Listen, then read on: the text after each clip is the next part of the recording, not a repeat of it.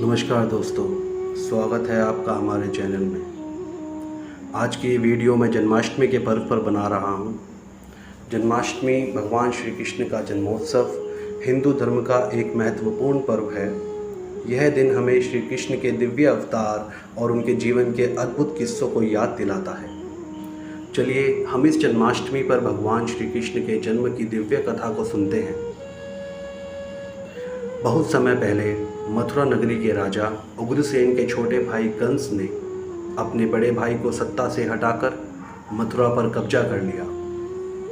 कंस एक अत्याचारी राजा था जो अपनी प्रजा को बहुत कष्ट देता था, लेकिन वह अपनी बहन देवकी और उनके पति वसुदेव जी से बहुत प्रेम करता था।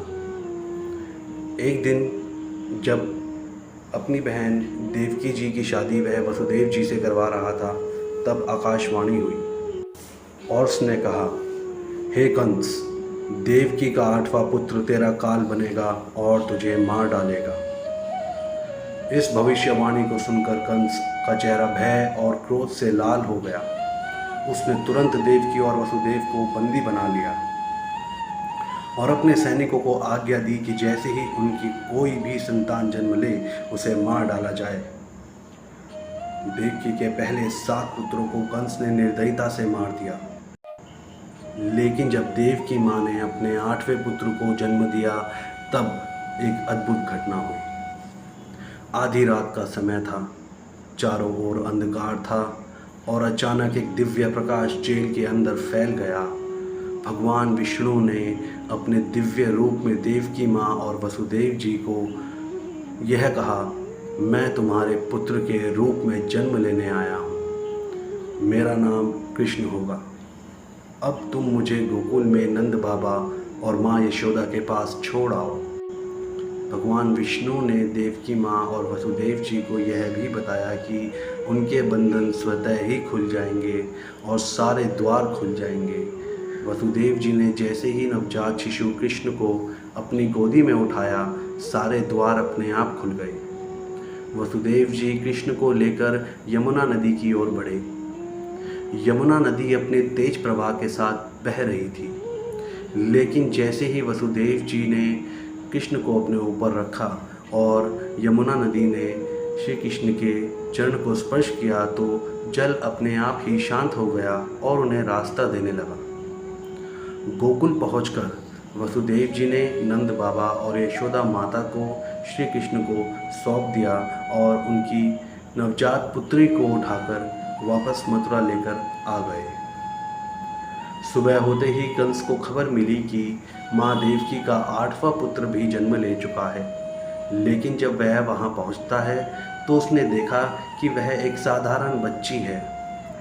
क्रोधित कंस ने बच्ची को भी मारने का प्रयास किया, लेकिन वह बच्ची आकाश में उड़ गई और देवी का स्वरूप धारण कर लिया और कंस से कहा, कंस, तेरा काल जन्म ले चुका है और वह गोकुल में सुरक्षित है।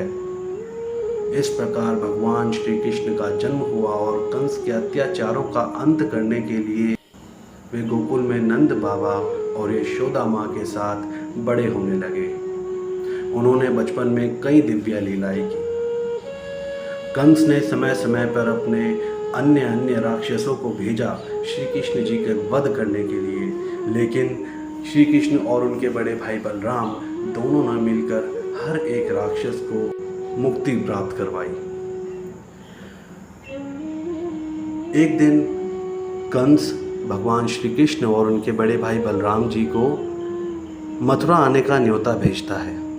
उस न्योते में वो कहता है कि महाराज कंस आप दोनों की वीरता से प्रसन्न हैं और वे आपसे मिलना चाहते हैं। यह बात सुनते ही नंद बाबा और यशोदा माँ सहम जाते हैं। उन्हें पता है कंस एक दुष्ट राजा है और उनके पुत्रों के लिए अवश्य ही कुछ बुरा सोच रहा है, लेकिन अपने पुत्रों के हट करने पर वह विवश हो जाते हैं और उन्हें जाने भी देते हैं। श्री कृष्ण के जाते समय माँ राधा और समस्त माँ गोपियाँ गहन अंधकार गहन दुख में डूब जाती हैं। श्री कृष्ण खुद भी गहन दुख में डूब जाते हैं। सारा वृंदावन उनके जाने से सोना सा पड़ जाता है।